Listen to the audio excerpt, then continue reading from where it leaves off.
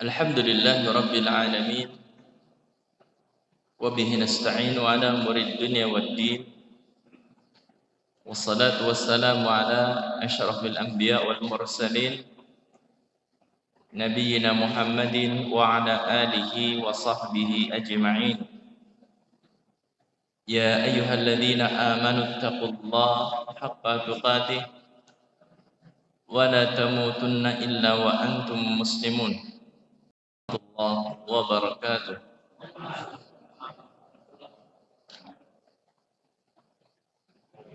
Alhamdulillahi Rabbil Alamin.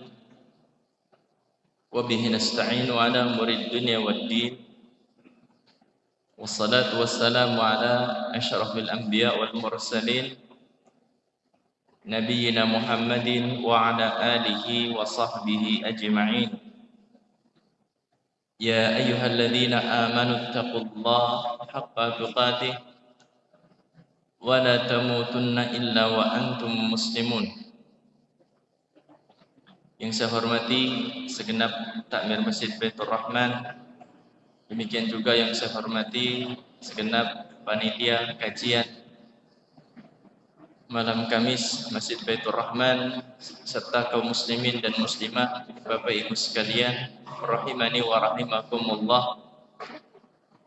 Pertama, marilah kita panjatkan puji syukur kehadirat Allah Subhanahu wa taala.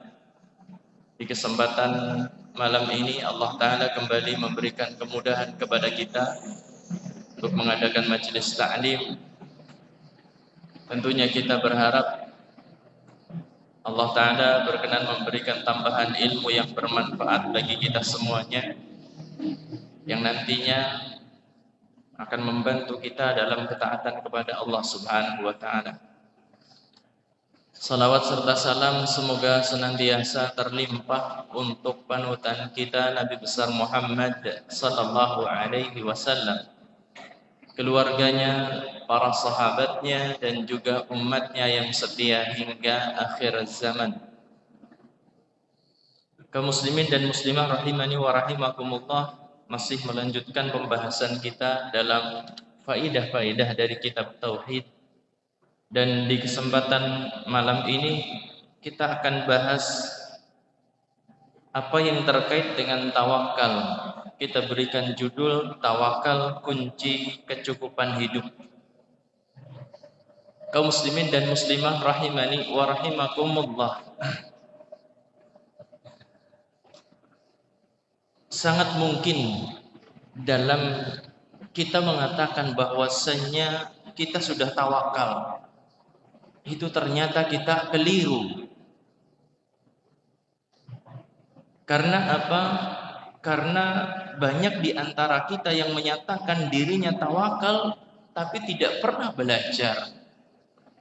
Ya seperti kita, mungkin sebelum kita kenal dengan majelis taklim, yang kita pahami dari tawakal ya pasrah begitu saja. Saudaraku yang dimuliakan oleh Allah, banyak orang telah mengetahui tentang fadilah dan keutamaan dari tawakal. Allah Ta'ala menyebutkan, wa may yatawakkal 'alallah fahuwa hasbuh. Barang siapa yang bertawakal kepada Allah, maka Allah Subhanahu wa taala akan memberikan kecukupan kepadanya. Ini yang dikejar oleh sebagian kita. Ini yang diburu oleh orang-orang yang ada di sekitar kita, keutamaan tawakal yang sangat besar. Namun sekali lagi, ketika seorang memang kurang dibimbing dengan ilmu agama, mungkin saja dia merasa dirinya menjadi orang yang sudah sangat tawakal, tapi ternyata belum. Tetapi tawakalnya masih keliru, sangat mungkin sekali terjadi semacam itu. Maka jamaah sekalian kaum muslimin dan muslimah rahimani wa rahimakumullah, kita akan mengkaji di kesempatan malam hari ini apa-apa yang terkait dengan tawakal ini biidznillahi ta'ala. Bapak Ibu sekalian kaum muslimin dan muslimah, saudara-saudariku rahimani wa rahimakumullah, terkait dengan tawakal ini ada dua kelompok ekstrim, ada dua kelompok yang berlebihan. di dalam memahami tawakal.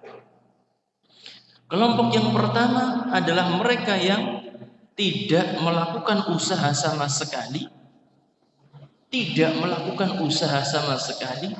Yang mereka lakukan cuma bersandar hanya kepada Allah saja. Dan ini yang mungkin kita pahami dengan istilah banyak di antara kita sudah pasrah saja gitu, tanpa usaha. Sebagian orang, bahkan mungkin kita pernah memahami seperti itu, bahwasanya tawakal adalah ya sudah pasrah tanpa berusaha. Ini ekstrim di satu sisi. Ada pemahaman ekstrim di sisi yang lain yang bertolak belakang dengan ini, yaitu mereka melakukan usaha dengan penuh kesungguhan, dengan penuh keseriusan, tapi tidak minta pertolongan kepada Allah. Kelompok yang ini mereka usahanya Masya Allah sungguh-sungguh serius banget ketika usaha, namun lupa menggantungkan dirinya kepada Allah Subhanahu wa Ta'ala.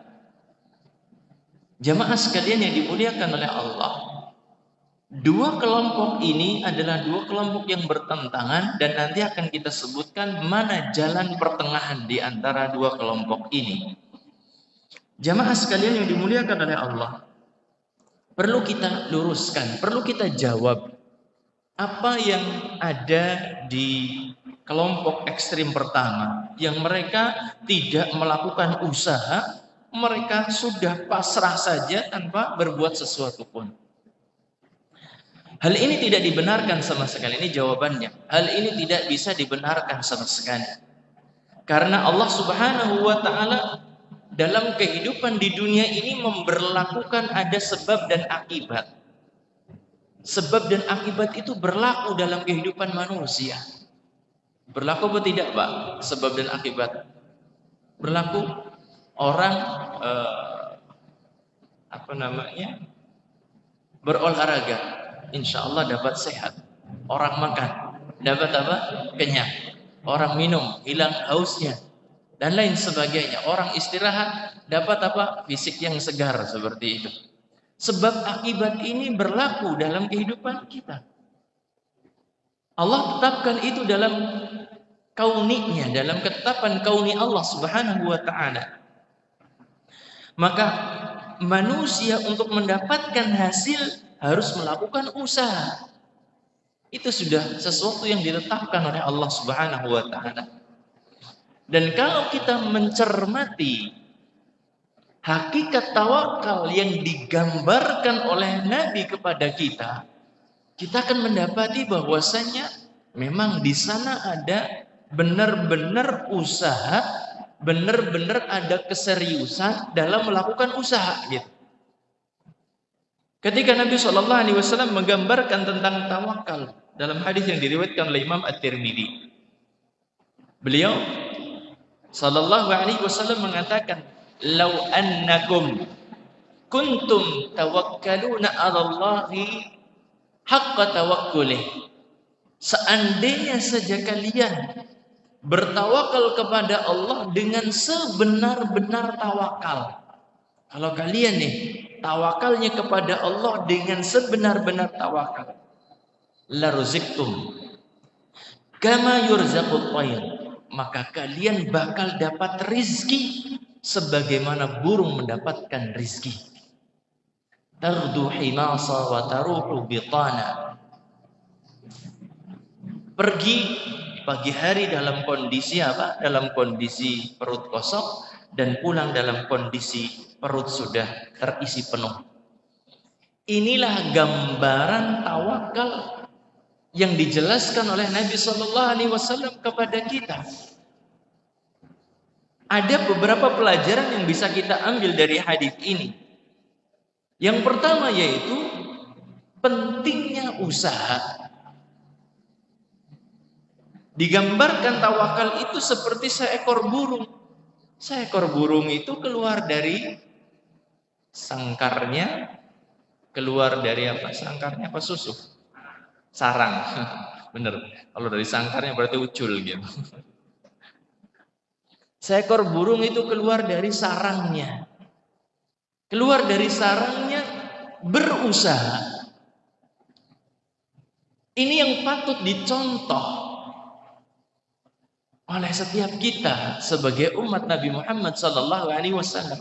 Karena yang memberikan permisalan beliau sallallahu alaihi wasallam kepada kita. Beliau menggambarkan tawakal itu seperti seekor burung keluar berusaha. Ini menjadi poin penting daripada hadis ini.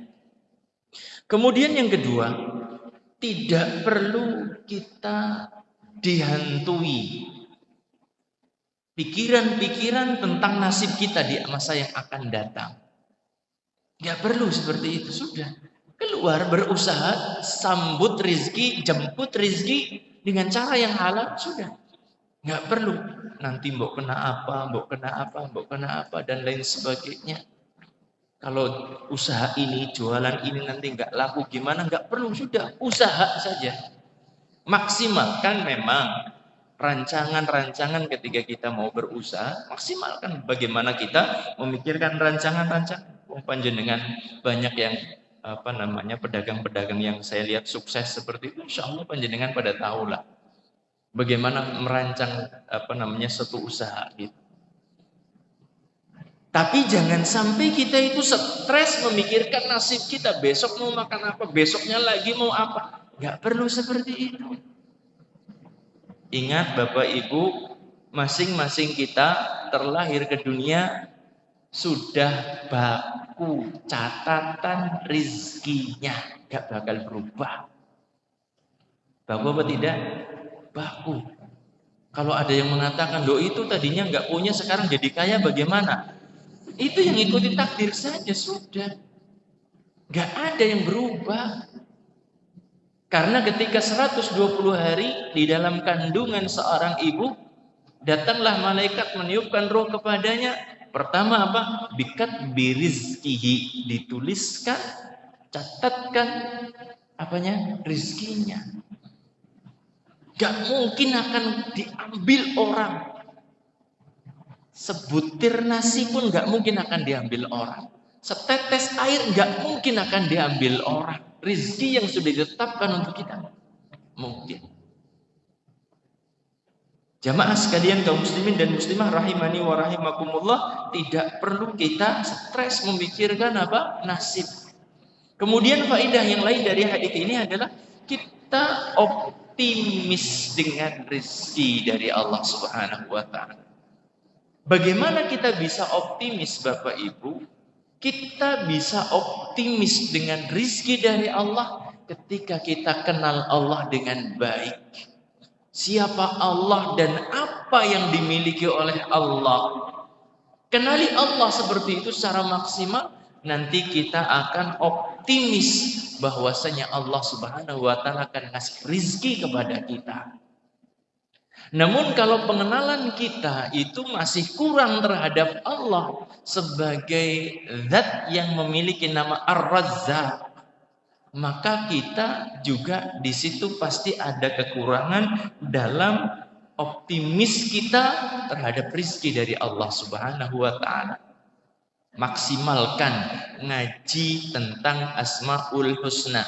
Coba baca. Nah, kalau seandainya panjenengan pengen melihat, ya buka sajalah di Google sekarang atau di Wikipedia apa artinya Ar-Razzaq gitu ya. Nanti akan keluar semuanya gitu. Itu yang media yang umum gitu ya. Kalau media yang yang sudah mengarah kepada rujuk kepada Quran dan Sunnah, ya Yufid Yufidpedia apa? Saya lupa namanya. Pokoknya depannya ada Yufid, tapi di situ belakangnya tentang apa? Tentang pencarian gitu, mesin pencariannya Yufid gitu. Jamaah sekalian yang dimuliakan oleh Allah, kenali Allah dengan maksimal. Dari sisi nama Allah Ar-Razzaq, nanti kita bakal optimis menjemput rizki dengan penuh persangkaan baik kepada Allah Subhanahu wa taala. Kalau sudah kita bangun itu, maka di sana akan datang seperti apa yang kita persangkakan kepada Allah. Allah Ta'ala menyebutkan dalam hadis qudsi, ana inda dhanni abdi bi. Aku seperti persangkaan hamba kepadaku.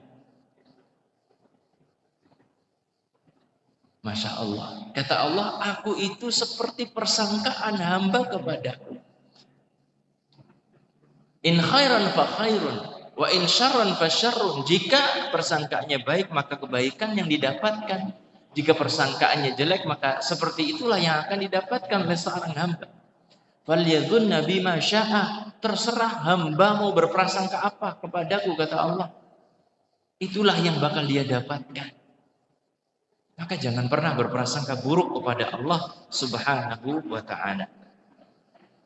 Kemudian saya nukilkan di sini perkataan Syekh Abdurrahman Mubarakpuri. Beliau mengatakan, laisa fil hadits ma yadullu ala tarkil kasab, bal fihi ma yadullu ala talabir rizq. Di dalam hadis ini tidak ada dalil yang menunjukkan bolehnya meninggalkan usaha. Hadis yang tentang burung tadi, tawakalnya burung seperti apa gitu ya. Ini bukan dalil bahwasanya seorang boleh meninggalkan usaha. Bahkan di dalam hadis ini terdapat sesuatu yang menunjukkan kita itu mencari rizki, menyambut rizki atau menjemput rizki dari Allah Subhanahu wa ta'ala. Demikian juga Nabi SAW menegaskan tentang tentang tawakal ini seperti apa. Ketika ada sahabat datang kepada Nabi SAW, kemudian sahabat itu mengatakan, wahai Rasulullah, apakah aku harus ikat onta itu ataukah aku boleh lepaskan? Maka apa kata Nabi SAW? Maka beliau mengatakan, iqilha wa tawakkal. Ikatlah ontamu dan bertawakallah kepada Allah. Lihat bagaimana Nabi SAW mengajarkan usaha dan juga bergantungnya seorang hamba kepada Allah Subhanahu wa ta'ala. Ikat ontamu dan tawakallah kepada Allah. Berarti usaha itu bagian penting sekali daripada tawakal. Ini adalah cukup sebagai bantahan terhadap kelompok ekstrim yang pertama yang tidak mau berusaha. Kita sebutkan di sini selanjutnya adalah menjawab apa yang menjadi pendapat kelompok kedua yang ekstrim, yaitu mereka usaha maksimal namun lupa kepada Allah Subhanahu wa ta'ala. Jamaah sekalian yang dimuliakan oleh Allah, kita sebagai manusia tidak boleh melupakan Allah Subhanahu wa ta'ala. Sesungguhnya sehebat apapun sekarang ini kita gitu ya, seandainya merasa hebat gitu ya, sesungguhnya kehebatan kita itu dari Allah. Seandainya sekarang kita merasa mampu sekarang ini, kemampuan kita itu dari Allah Subhanahu wa ta'ala. Seandainya kita sekarang ini merasa kuat, sesungguhnya kekuatan kita itu dari Allah. Prestasi yang bisa kita raih saat kita sekarang ini, siapa yang ngasih? Allah Subhanahu wa ta'ala. Maka tidak ada sesuatu yang bisa dibanggakan dari diri kita. Gak ada sesuatu yang bisa dibanggakan sama sekali. Kalau di hadapan Allah, yang Allah Ta'ala menyebutkan tentang dirinya ala kulli syai'in qadir. Allah Subhanahu wa ta'ala maha kuasa atas segala sesuatu. Maka ketika kita dihadapkan dengan Allah, kita itu sangat lemah. Gak ada apa-apanya.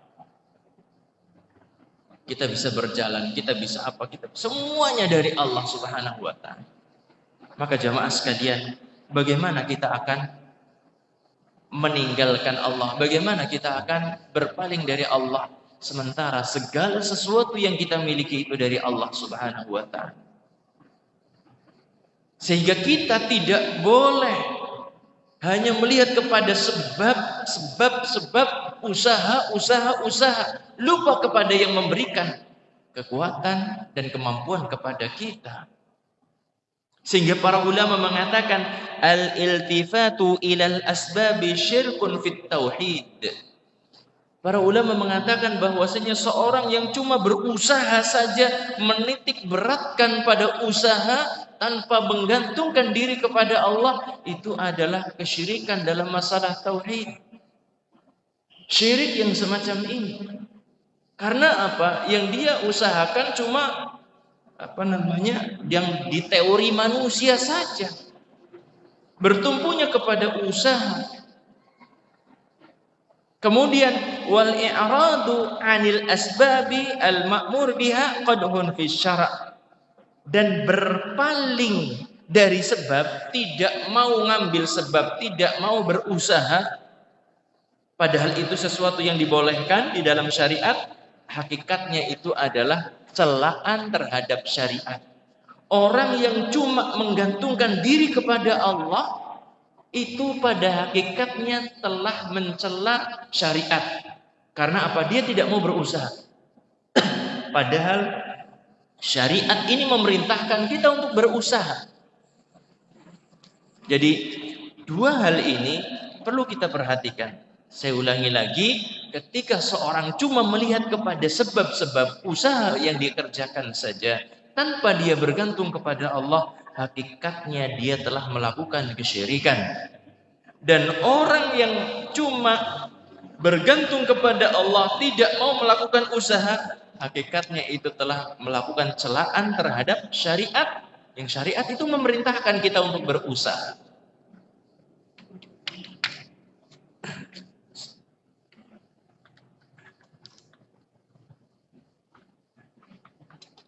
Alhamdulillah, berarti kita telah meluruskan dua pendapat yang ekstrim. Yang tadi kita sebutkan, ada sebagian orang yang memahami tawakal itu bergantung kepada Allah tanpa usaha, cuma sekedar pasrah saja.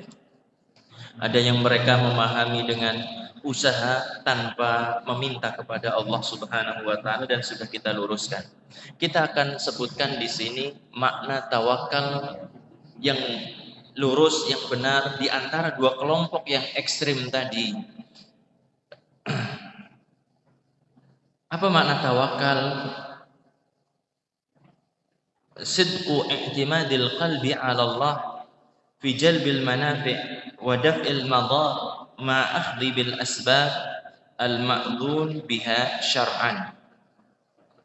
Yang dinamakan dengan tawakal adalah sidqu i'timadil qalbi 'ala Allah. Benarnya hati dalam bertumpu kepada Allah Subhanahu wa taala. Benarnya hati atau benar-benar hati itu bertumpu kepada Allah Subhanahu wa taala ketika mengusahakan kebaikan, ketika mengusahakan untuk terhindar dari kejelekan-kejelekan. Ma'akhdhi bil asbab, disertai dengan menempuh sebab-sebab, disertai dengan usaha al-ma'dzun biha syar'an, yang diizinkan secara syariat. Sebab-sebab yang ditempuh tidak boleh melanggar syariat. Sebab yang ditempuh itu harus sejalan dengan syariat. Bapak Ibu kaum muslimin dan muslimah rahimani wa rahimakumullah.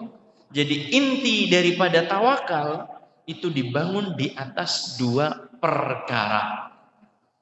Inti dari tawakal adalah dibangun di atas dua perkara. Yang pertama, hati harus benar-benar bersandar kepada Allah. Hati harus benar-benar bersandar kepada Allah. Kemudian yang kedua, menempuh usaha atau menempuh sebab yang diizinkan di dalam syariat kita. Kita contohkan orang yang pengen sembuh.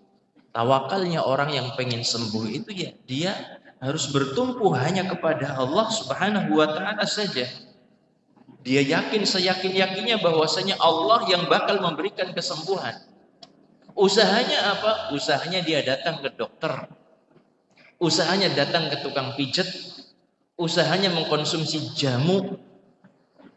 Ini sebab-sebab yang diizinkan menurut syariat. Kalau dia bertumpu kepada Allah Subhanahu wa taala, namun melakukan sebab atau usaha yang tidak diizinkan oleh syariat. Misalnya orang sakit, dia bergantung kepada Allah, namun yang didatangi dukun. Maka yang semacam ini adalah sebuah kesalahan, sebuah kekeliruan.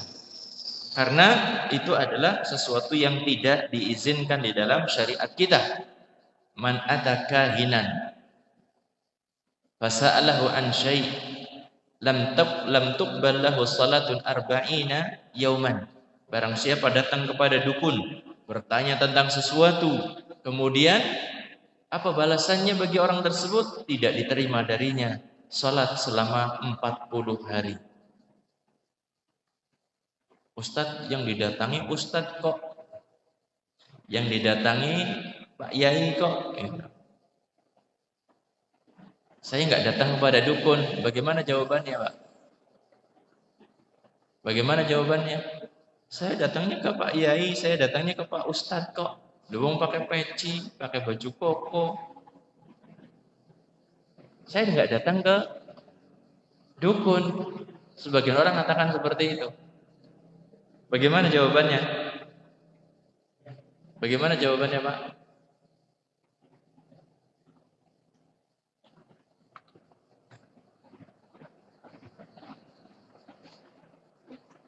Menilai ustadz, menilai kiai itu dari apa yang disampaikan.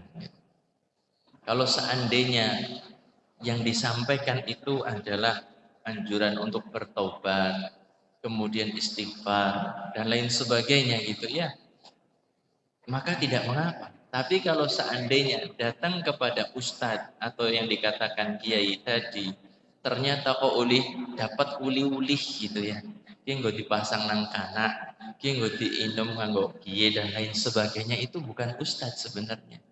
Itu adalah bentuk pengelabuan. Bentuk pengelabuan. Loh kenapa kok dukun itu memunculkan dirinya dengan sosok sebagai seorang yang apa? Yang agamis gitu. Ya kalau di mayoritas masyarakatnya kaum muslimin ya agamisnya Islam gitu ya. Kalau di masyarakat yang lainnya lagi ya mereka seperti itu. Menyesuaikan dengan pangsa pasar gitulah. Kalau pangsa pasarnya yang disasar itu orang Islam ya dibentuknya seperti apa? Orang-orang yang baik-baik kayak gitu. Tapi kalau seandainya di masyarakatnya yang non-Islam ya dukunnya ya beda lagi.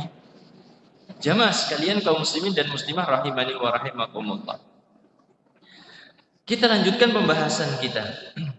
Dilihat kemana hati bersandar, maka tawakal itu terbagi kepada dua. Dilihat dari sisi kemana hati seorang bersandar, maka tawakal itu ada dua macam. Yang pertama adalah at-tawakkul 'ala Allah, bertawakal kepada Allah Subhanahu wa taala.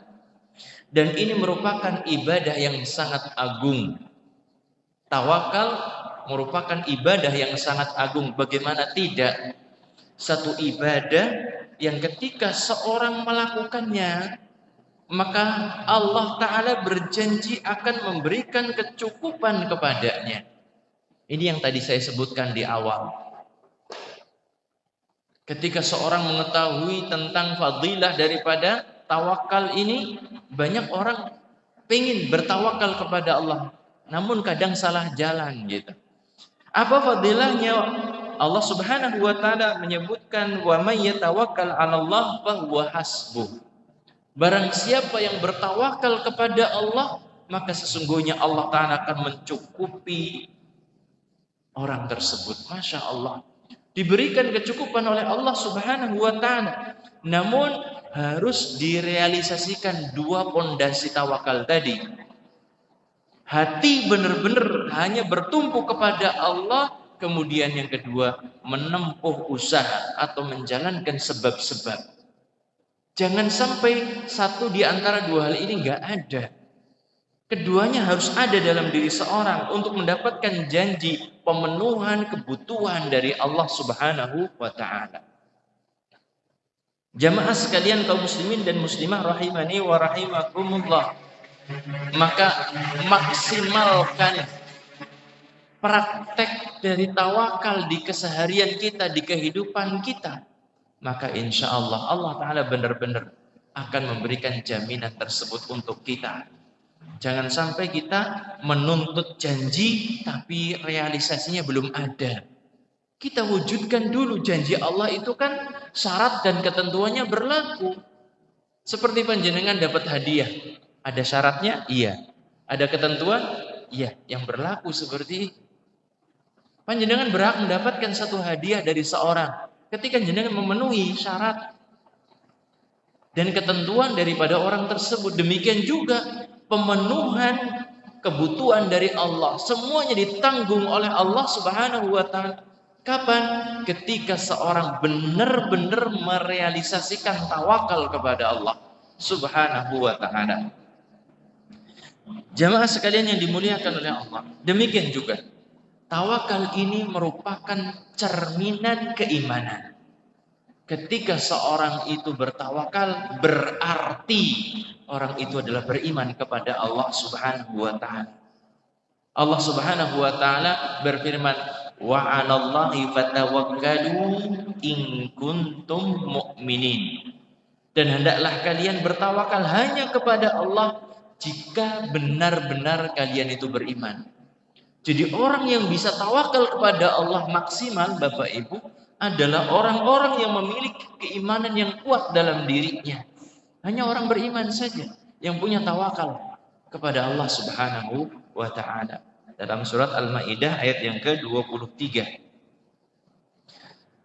Jamaah sekalian kaum muslimin dan muslimah rahimani wa rahimakumullah. Ketahuilah bahwasanya tawakal ini juga merupakan akhlaknya para nabi. Para nabi mereka adalah orang-orang yang bertawakal kepada Allah dengan maksimal. Disebutkan oleh Abdullah bin Abbas radhiyallahu taala anhuma bahwasanya kalimat hasbunallah wa ni'mal wakil ini adalah diucapkan oleh dua orang khalilullah, yaitu Nabi Ibrahim dan juga dikatakan oleh Nabi Muhammad sallallahu alaihi wasallam. Jenengan hafal kan ya? Hasbunallah wa ni'mal wakil gitu. Cukuplah Allah sebagai penolong dan Allah adalah sebaik-baik penjaga. Jamaah sekalian kaum muslimin dan muslimah rahimani wa rahimakumullah. Dikatakan oleh Abdullah bin Abbas bahwasanya qala Ibrahim hina ulqiya finnar. Kalimat ini, kalimat hasbunallah wa ni'mal wakil diucapkan oleh siapa? Oleh Nabi Ibrahim. Ketika Nabi Ibrahim ini dilemparkan ke dalam kobaran api yang sangat besar. Nabi Ibrahim itu dilemparkan ke dalam api, Bapak Ibu, bukan dengan dipegang kakinya, dipegang tangannya, untalna kayak gitu, bukan. Dengan apa? Dengan ketapel yang sangat besar, dari jarak yang jauh, karena api yang digunakan untuk membakar itu sangat besar sekali. Sehingga disebutkan burung-burung yang terbang saja itu pada berjatuhan karena saking besarnya api, sehingga dilemparkan dari yang jarak yang sangat jauh. Qala Ibrahim, kalimat hasbunallah wa ni'mal wakil diucapkan oleh Nabi Ibrahim ketika hina ulqiya finnar, ketika dilemparkan ke dalam kobaran api. Demikian juga qala Rasulullah sallallahu alaihi wasallam, diucapkan oleh Rasulullah sallallahu alaihi wasallam. Kapan diucapkan ini oleh Rasulullah? Ketika Rasulullah sallallahu alaihi wasallam mendapatkan ungkapan dari sebagian orang. Ceritanya Nabi sallallahu alaihi wasallam dan para sahabat kembali dari Uhud, yang di saat itu menerima pukulan yang telak dari orang-orang musyrik. Nabi pulang ke Madinah, kemudian Nabi menyerukan lagi para sahabat untuk bersiap-siap untuk menghadapi lagi orang-orang musyrikin Quraisy. Ada sebagian orang yang mengatakan nakut-nakuti para sahabat gitu ya. Annan nasa qad jama'u lakum fahshawhum. Orang ini mengatakan kepada Nabi dan para sahabatnya bahwasanya orang-orang musyrik itu sudah bersepakat untuk apa? Untuk menghancurkan kalian, untuk memerangi kalian seperti itu. Fahshawhum, takutlah kepada mereka. Jadi ada penggembosan gitu istilahnya. Namun ternyata kalimat yang tujuannya untuk nakut-nakutin Nabi dan para sahabat ternyata malah menumbuhkan keimanan mereka. Fazadahum imana. Malah kebalikannya, iman mereka tambah kuat. Wa qalu, dan mereka mengatakan hasbunallah wa ni'mal wakil. Cukuplah Allah sebagai penolong dan Allah adalah sebaik-baik penjaga. Jamaah sekalian yang dimuliakan oleh Allah, ini yang menunjukkan bahwasanya dua kekasih Allah yang sangat dekat, yaitu Nabi Ibrahim dan Nabi kita Muhammad sallallahu alaihi wasallam, adalah orang yang bertawakal kepada Allah Subhanahu wa taala secara maksimal. Kita lanjutkan. Bagian yang kedua, tadi yang pertama tawakal kepada Allah. Yang kedua adalah tawakal kepada selain Allah. Tawakal kepada selain Allah Subhanahu wa taala. Ada beberapa poin di sini, 3 poin yang perlu diperhatikan. Tawakal kepada selain Allah pada perkara yang hanya Allah saja yang mampu melakukan. Tawakal kepada selain Allah. Misalnya kepada seorang atau orang yang sudah mati ataupun yang lainnya. Tawakal kepada selain Allah pada satu perkara yang hanya Allah yang bisa melakukannya. Misalnya bertawakal kepada selain Allah dalam masalah rizki, dalam masalah kesehatan, dalam masalah untuk mendapatkan keturunan misalnya. Kalau seandainya seorang sampai bertawakal kepada selain Allah dalam perkara-perkara ini, sejatinya orang ini telah melakukan kesyirikan. Syiriknya dalam masalah rububiyah.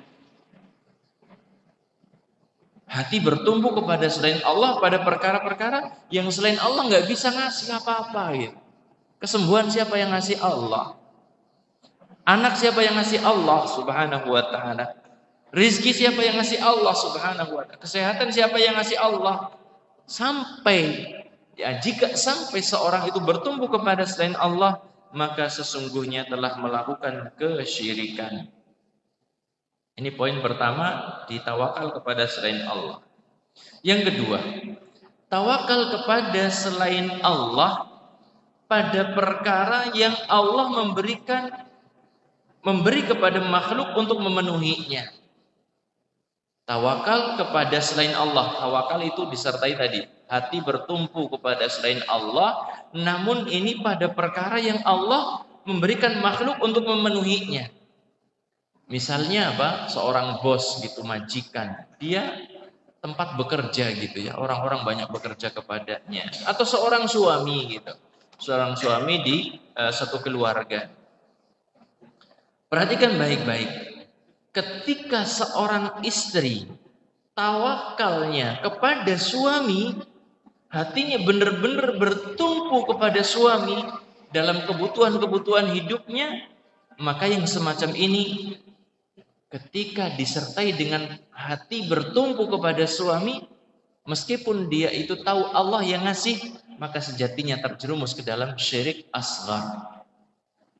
Demikian juga seorang karyawan yang dia hatinya bertumpunya kepada apa? Majikannya, kepada pimpinannya, kepada tempat bekerjanya.